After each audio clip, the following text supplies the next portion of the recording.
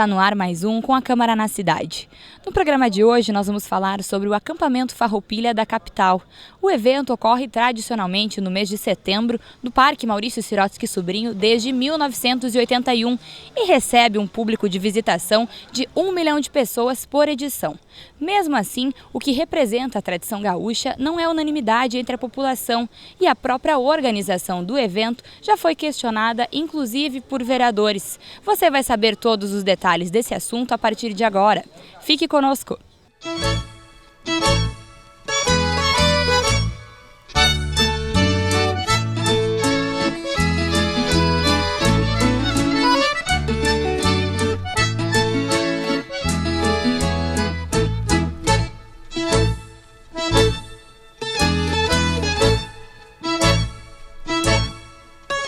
Todos os anos, setembro é um mês diferente na capital gaúcha. Desde 1981, uma parte da cidade, situada entre as zonas centro e sul, se transforma completamente.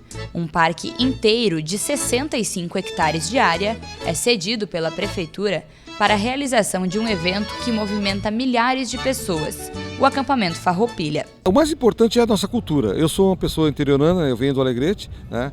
E manter as raízes, né? A gente manter a cultura. Qual é a cultura? A nossa cultura de nosso churrasco, de nós andar com a nossa bombacha, do nosso chimarrão, de nosso linguajar, nossas particularidades, todo dia nossa música, né? Essa é a nossa cultura, né? Na realidade, o que a gente quer aqui é manter a cultura viva do Rio Grande. Tem gente até questiona e diz assim que não teve o acampamento Farroupilha dentro da capital, que nunca foi Farroupilha.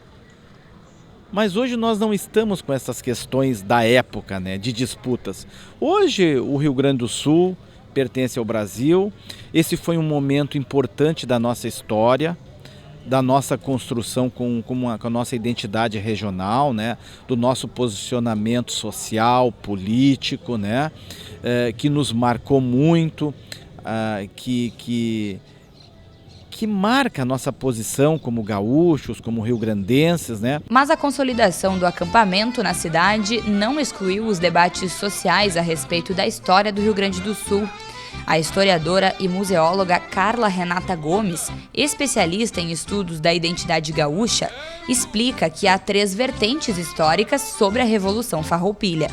No século XIX, os participantes, os agentes, né, as pessoas que participaram da guerra eram considerados rebeldes. Tá? Por quê? Porque havia um poder central, havia o rei e os seus súditos, né? E os rio-grandenses eram os súditos. No que se rebelaram contra as ingerências do poder central, enfim, reivindicando a questão dos impostos, das terras que perderam durante a Cisplatina e uma série de outras questões, o fato do Rio Grande do Sul ser tratado, a província de São Pedro, ser tratada como estalagem do Império, né? As tropas chegarem, utilizarem cavalos, se alimentarem, a revelia das famílias, né? Entravam, usavam o que precisavam e saíam, né? Então, esse tipo de reivindicação era de coisa de rebelde, né? Porque estava se insurgindo contra aquilo que era o que o imperador, o rei, mandava. Os que estavam aqui internamente envolvidos nessas questões eram chamados, ou se chamavam, alguns deles se entendiam como revolucionários. Por quê? Porque alguns pretendiam a ideia de república, de modificação de um regime. Né? Não eram todos, isso está longe de ser uma homogeneidade, né? Nem os grandes líderes, aqueles que a gente entende como grandes líderes, tinham uma concepção de república como a gente imagina. Né? Era uma concepção muito peculiar de república, mas então, eles se entendiam como revolucionários. E a minha concepção é de outros historiadores, é de que o que aconteceu era uma guerra civil. Tá? Uma guerra civil, sobretudo, que opunha rio-grandenses contra rio-grandenses. Alguns historiadores se posicionam de uma forma, outros de outra. Primeiro que eu não sou historiador. Tá? Minha profissão é outra, bem diferente. Tá? Minha mãe é uma professora de história, ela tem as suas posições também, né? Então eu acho que isso começa como uma revolução e depois, para o entendimento de alguns, vira uma guerra. Porque a partir do momento que tu proclama uma república e que tu se torna independente, se torna um país, tu tem hino, tu tem bandeira, tu tem até passaporte, tu tem uma constituição, tu tem deputados, bom, tu passa a ser uma entidade, tu passa a ser um país. E aí esse país está em guerra com um outro.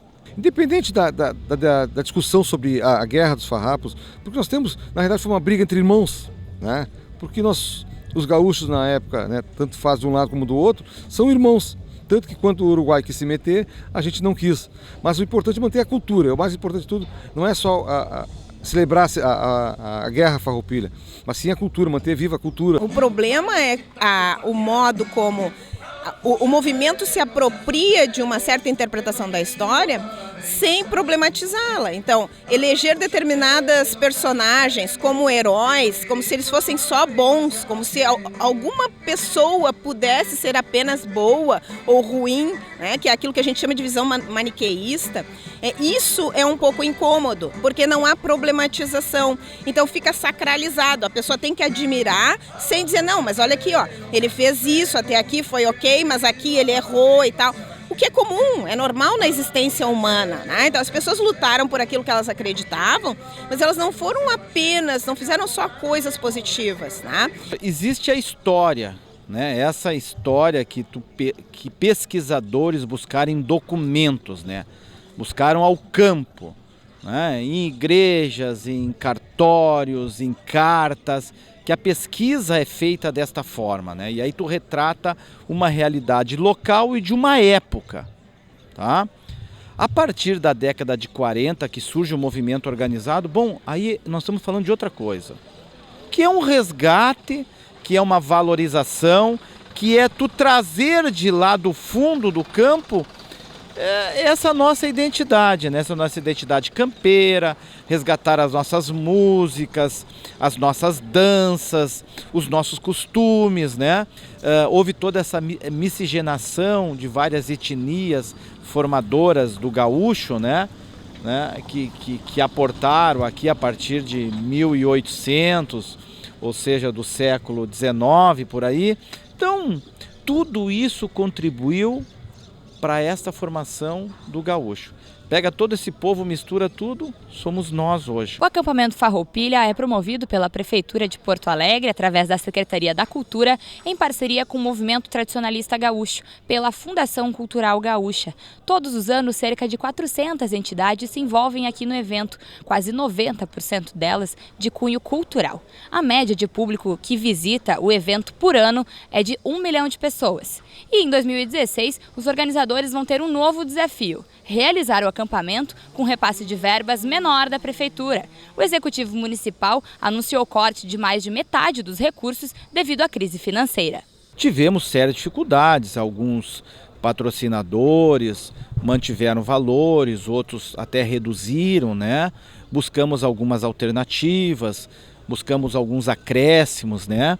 Que poderiam ser feitos, cortamos várias despesas, né? Tomamos vários preços, 3, 4, 5 preços, procuramos ainda pegar o menor, ainda negociar mais, ainda colocar a realidade que nós estamos vivendo isso. Foi dessa forma que nós conduzimos o processo. Até o momento que a Prefeitura, nós temos um valorzinho que podemos ajudar aí, se preciso for. Menor, menos da metade do ano passado, mas tranquilo, né? A gente vai, se necessário for usar esse recurso, né, parte dele ou total, se lá no final a gente sentir essa necessidade, né? Os cerca de 360 acampados não precisam pagar nada para utilizar o espaço aqui no Parque da Harmonia, mas eles são responsáveis por trazer toda a estrutura para ficar aqui até o fim do acampamento. A gente está aqui na barraca Lenço Colorado, que é uma das mais conhecidas, e o seu Pedro é o patrão, o pai da família que usa esse espaço aqui. E já chegou alguns dias antes do evento, seu Pedro, para montar, né? Quanto tempo leva essa montagem, assim? Desde quando o senhor está aqui? Desde sábado do dia 20, com chuva, abaixo de chuva. A gente está metendo o galpão aí, até sexta-feira está pronto. Quase um mês antes, umas 2 semanas.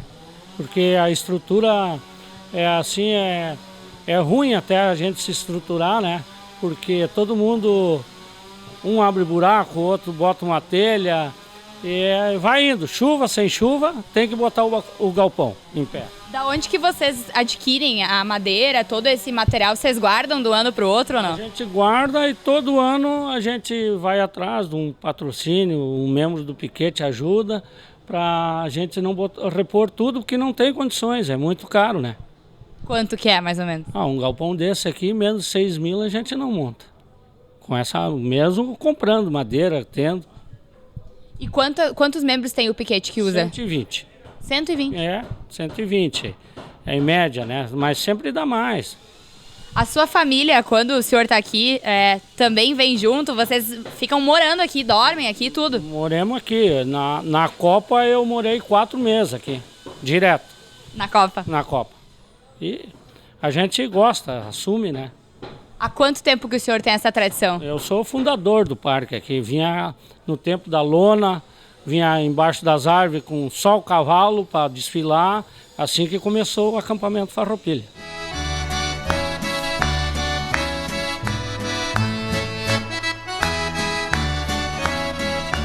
Logo do lado do piquete do Seu Pedro fica essa barraca que leva o nome das Barrancas do Uruguai, que resume a origem dessa família. Hoje eles moram em Águas Claras, logo aqui perto de Porto Alegre, e todos os anos vêm aqui acampar. Há quanto tempo que vocês fazem isso? Há 32 anos. Desde que começou o acampamento? Desde a fundação do parque, né, praticamente, e do pessoal. Era meia dúzia, né, de tradicionalistas que se reuniam, né, e a gente foi dando forma. O acampamento, na verdade, ele começou do tempo de barraca, de lonas, né, e era confraternização. Né, a gente se reunia, o pessoal que era do interior, vinha, né, desbravando as suas origens, contando a história, por que nós estamos aqui, estava na capital e divulgando a nossa tradição. Né? Dona Jurema, quanto tempo vocês levam para organizar assim, a barraca aqui? Umas 2 semanas. Uma semana para montar o galpão e outra semana para decorar e arrumar as coisas, porque a gente vai trazendo aos poucos depois que tiver pronta a casa. A gente vai trazendo aos poucos os pratos e a decoração toda.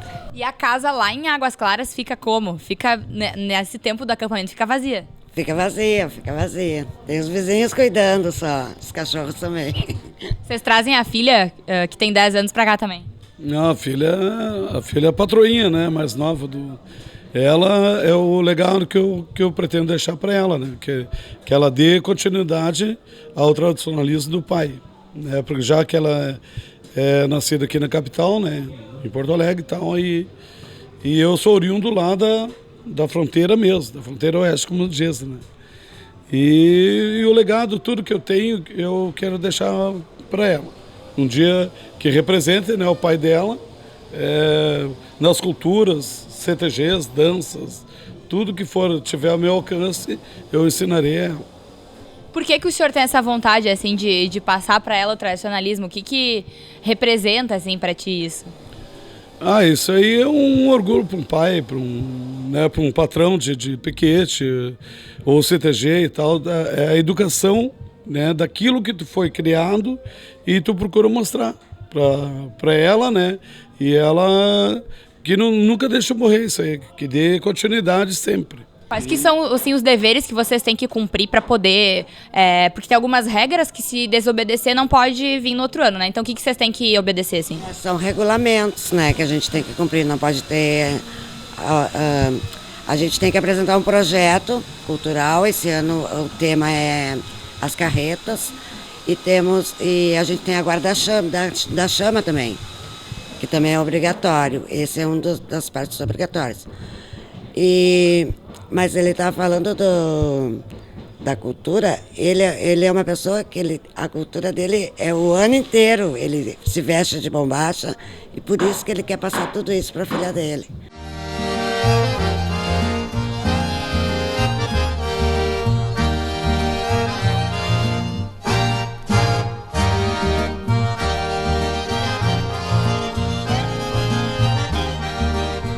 O prazo para a montagem dos piquetes foi de 20 de agosto a 2 de setembro. Depois, ocorreu a vistoria dos bombeiros. 7 de setembro é a data da abertura oficial do acampamento Farroupilha. A organização do evento é dividida entre o Movimento Tradicionalista Gaúcho e a Associação dos Acampados do Parque da Harmonia. Além do espaço para as barracas, há estandes de 5 patrocinadores e espaço para cerca de 40 comerciantes, que pagam pela utilização do espaço. Começa no convênio que é montado entre o MTG, Fundação Cultural Gaúcha, né, a Acampar e a Prefeitura Municipal de Porto Alegre. A gente assina um convênio na qual tem um TAC do Ministério Público e a gente divide as responsabilidades, né? A Acampar fica com a responsabilidade do estacionamento e o entorno todinho, o MTG fica com a parte da estrutura do parque e a Prefeitura apresenta a infraestrutura, na realidade, do evento. Tá? E aí cada um tem o seu limite. Mas todos conversamos em prol do evento, né? A gente trabalha e conversa, por isso foi importante a criação da Acampar, para a gente fazer essa aproximação e esse diálogo, né? Facilitou muito o diálogo entre o acampado e os gestores do evento. Hoje a Acampar é gestora do evento, tem a responsabilidade, nós temos um contrato assinado, a gente participa de todas as negociações do evento, né? Esse é um evento que terminou automaticamente algumas questões elas começam a serem discutidas e organizadas. Mas como eu assumi o MTG a partir de janeiro, desse ano, 10 de janeiro, a partir de fevereiro a gente começou algumas construções já, né? Elaborar alguns projetos, né? Dar andamento, aguardar o sinal da prefeitura também, se seríamos nós o condutor de todo esse procedimento, né, da legalidade de administrar esse processo desde o início, né?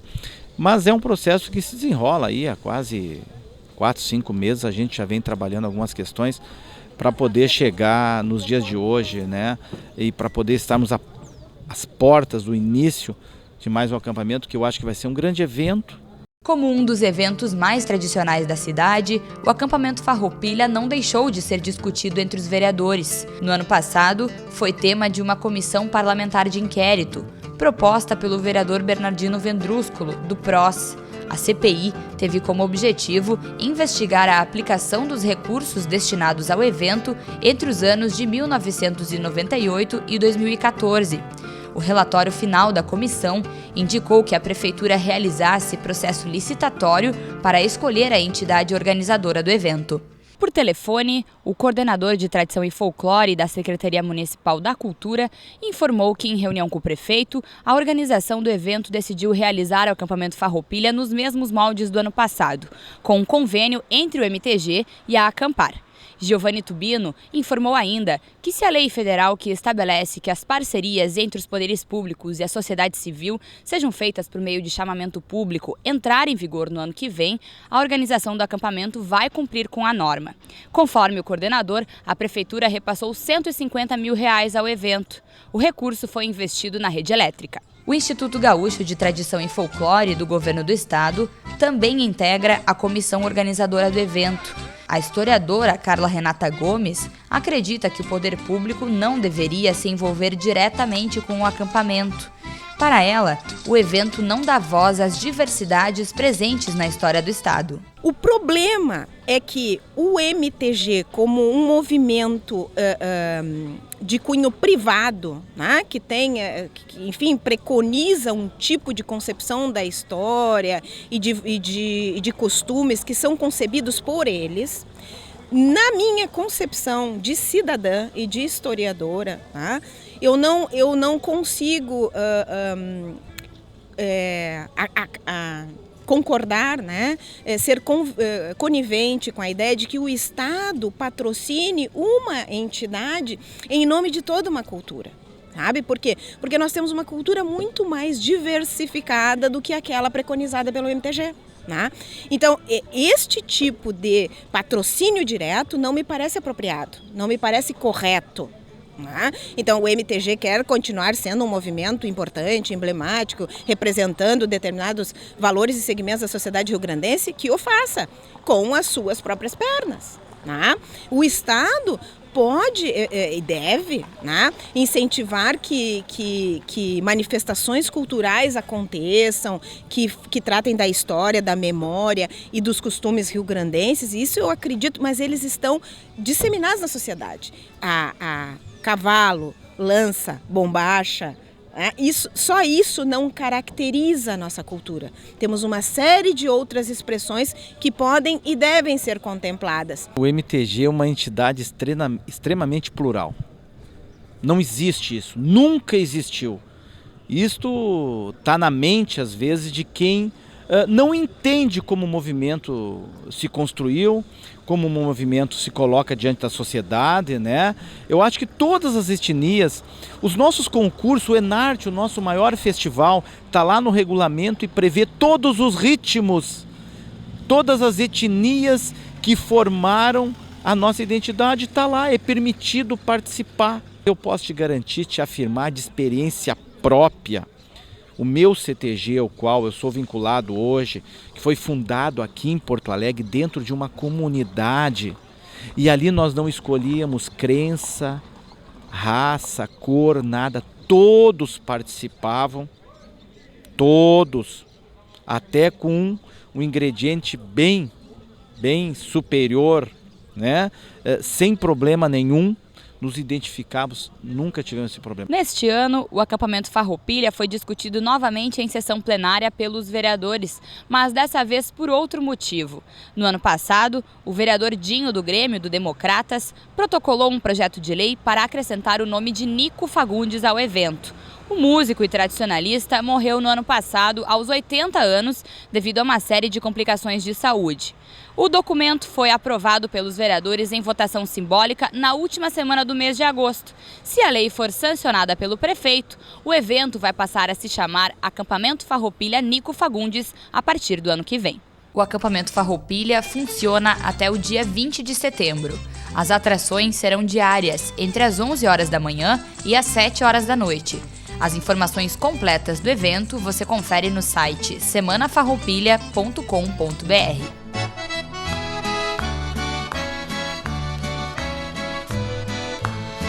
Mas deixa estar que eu vou me embora pra fronteira, que é pra comer churrasco gordo e tomar café de chaleira. Mas deixa estar que eu vou me embora pra... O Com a Câmara na Cidade de hoje fica por aqui. Acompanhe as notícias e a veiculação dos programas no endereço da nossa página no Facebook. Obrigada pela sua companhia e até a próxima semana.